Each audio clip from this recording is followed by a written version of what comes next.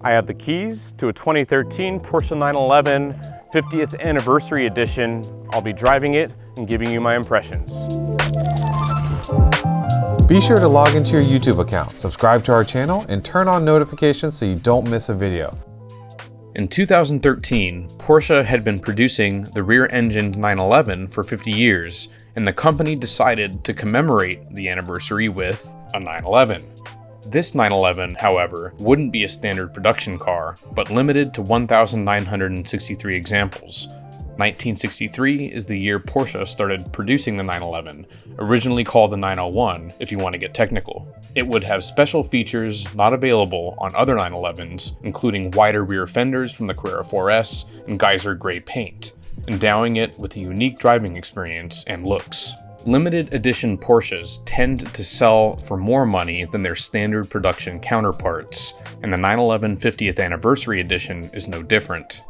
Several were sold on Bring a Trailer in 2023, and the sell prices ranged from about $95,000 to nearly $170,000.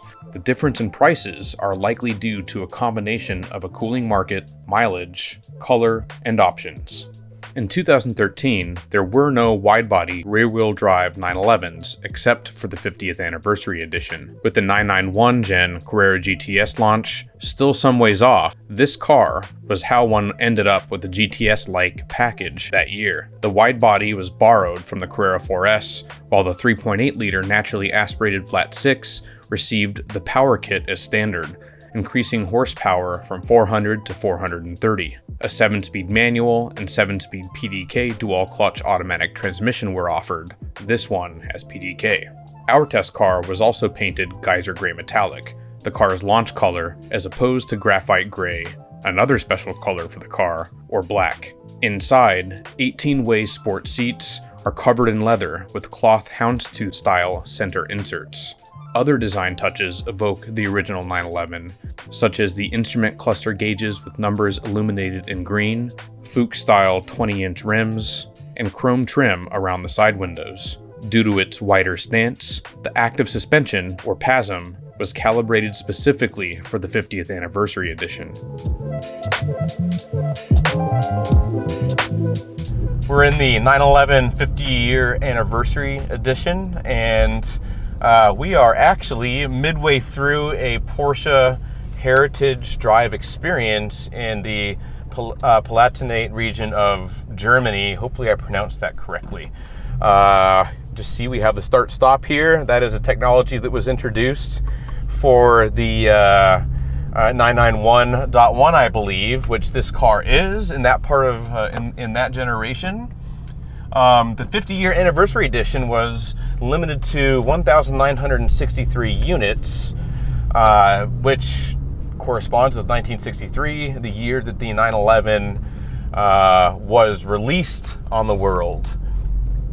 So the 991.1 Carrera S was a narrow-body per se car with 400 horsepower, so don't know the number. I'll have to put it on the screen here off the hand, but it was a Carrera S, had a narrow body, rear-wheel drive, while the Carrera 4S was a wide-body, all-wheel drive car.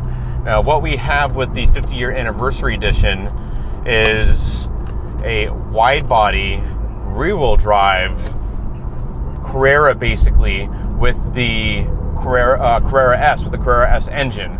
So sort of a unique model within the Porsche range.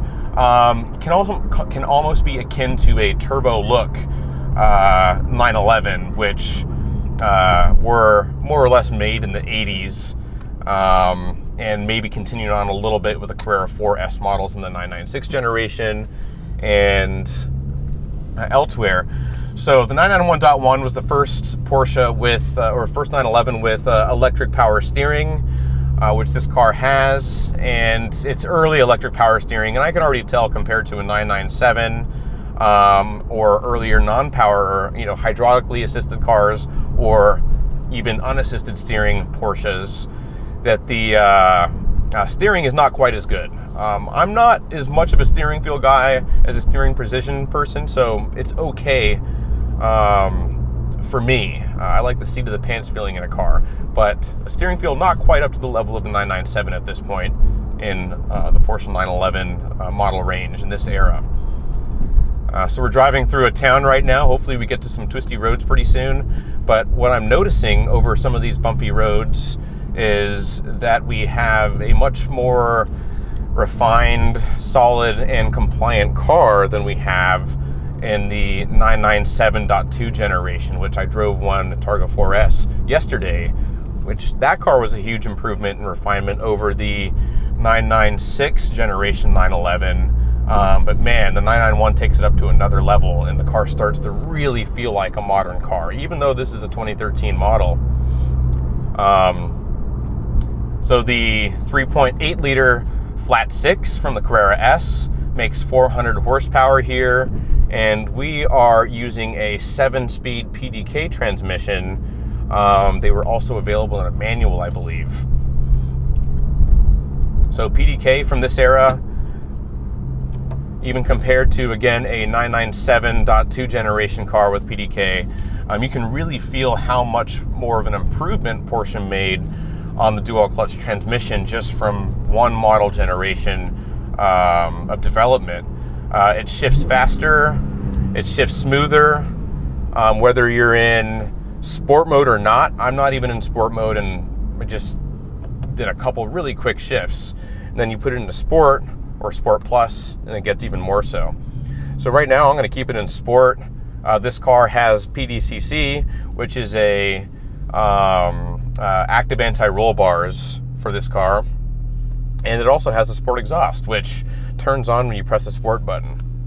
The infotainment, fairly modern, looks a little bit old school compared to today's big screens that just a little bit nicer to use, but this will hold up okay. Might age a little poorly maybe in the next 5 or 10 years. Oh wow, that was a really short light that we have here. So I'm going to stop talking here for right now, and I'll start back up with the review once we're on the move again. Oh, that was the fastest light ever, wasn't it? Yeah, I couldn't believe that. So I'm in manual now, manual mode. I probably don't need to be, nor do I need to be in sport exhaust, but hey, what the heck. The sport exhaust in this car is really nicely tuned. It's very livable, not super loud when it's off, but when it's on, it's just got the right amount of sort of crackles and pops, if you want to call it that.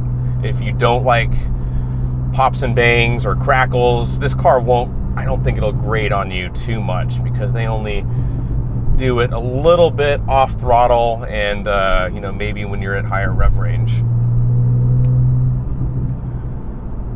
So this might be a slightly longer 1 mile review because we haven't gotten quite to the twisty roads yet, and I'm hoping that we will have a twisty road pretty soon here.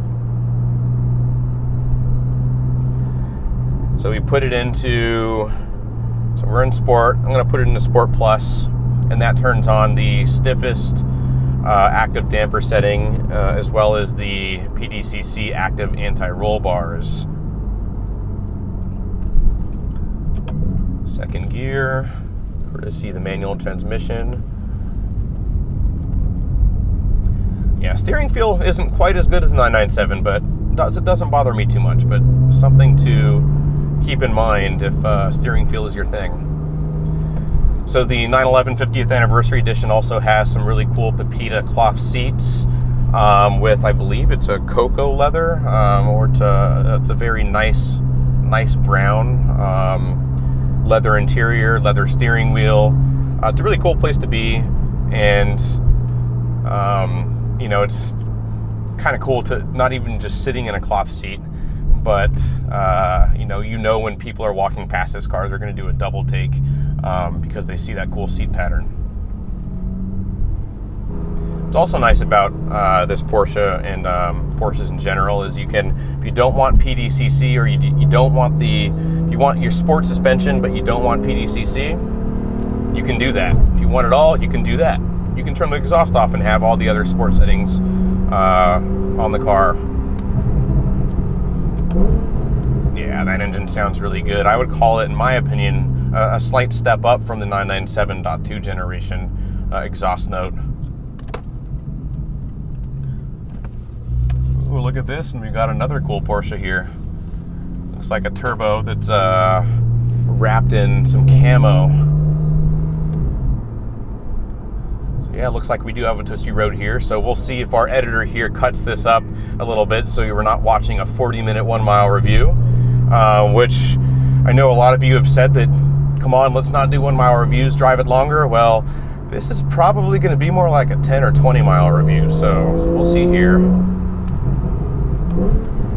Oh yeah, PDK is great.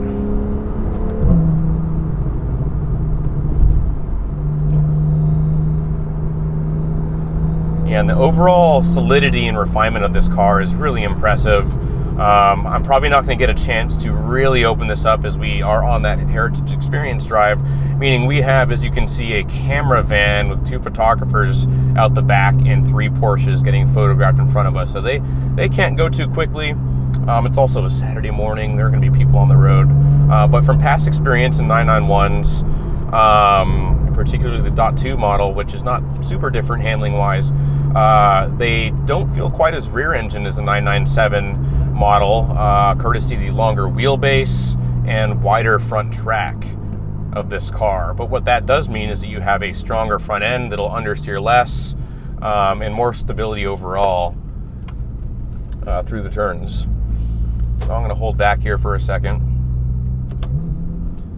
In fact, I'm going to put it in the first gear so we can get a little acceleration run here. Wow. You got some bikers here, so I'm going to slow down for them. Definitely is a Saturday morning in Germany. All right, maybe a couple more turns and I'll wrap this up. But yeah, overall, 991 is one of those cars it still feels really new. And really, you know, the latest 991s were released in 2019, so it is still a fairly new car. But when you consider this is a 2013 model, it's a noticeable step up from the 997.2s, and those cars I thought were a huge step up in a lot of ways from the 996. So if you want a modern feeling Porsche, that's very stable, easy to live with, pretty nice steering, great handling, a 991.1 is a great car. Now, you'll also have to remember that when the 991.2 generation came out, the mid-cycle update, the Carrera models and their engines went from naturally aspirated to turbocharged. So if you want the last naturally aspirated 911 that isn't a GT car, you have to get a 991.1 car like this. So here's my ratings. Car show, this is a 50th anniversary edition 911, so it's not common. 1,963 made. I've seen a few at different car shows across the US. So, you know, PCA members who own these definitely seem to drive them, or at least a few of them do. But you're not going to see them all that often just because of how rare they are. It's the colors that these cars were available in. It's a kind of an off-white, I forget the exact name, and there was another color as well. They're not super flashy. It's not yellow, it's not orange. It might not catch the attention of people who are not in the know. Same goes for the wide body. You might not notice if you're not a huge Porsche fanatic.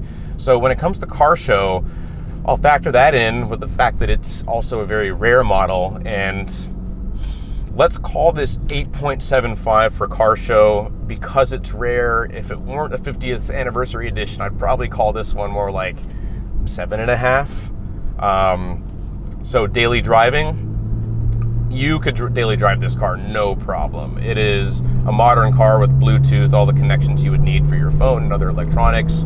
And we're super comfortable in here right now, here with my co-driver, as it were. And yeah, especially with PDK, you can drive it every day, no problem. It gets pretty good gas mileage. Let's call this an 8 out of 10 for daily driving. Now, for a road trip, I'd probably say that this is 8.5. You know, it's a sports car, but it's got room, and you got room in the front. You have room behind the front seats, back seats aren't really made for people. Even though Porsche might say that they are, I wouldn't put an adult back there. So yeah, 8.5 for road trip. Now, fun factor, I know we didn't get to open this car up a lot, but you can tell this would be a really fun car on a back road that works with you, not against you. You don't really have to deal with understeer as much as the earlier 911s. And if you really want, I am sure you could get some oversteer. But overall, it's a very nice seat of the pants sort of feeling car. Maybe the steering isn't the best, but for me, that doesn't matter all that much.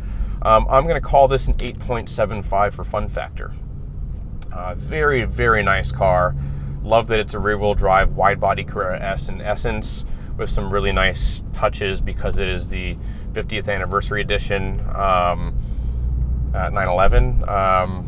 And yeah, there you have it. That's my review. Thanks for watching. If you like this video, please give it a thumbs up. If you like the content on our channel, please subscribe to our channel so you don't miss a video. That's one of the subscribers and views. Those are the metrics we use basically to judge what works on our channel and what doesn't, and what kinds of content we should bring you in the future. That's it for my review. Thanks for watching, and until next time.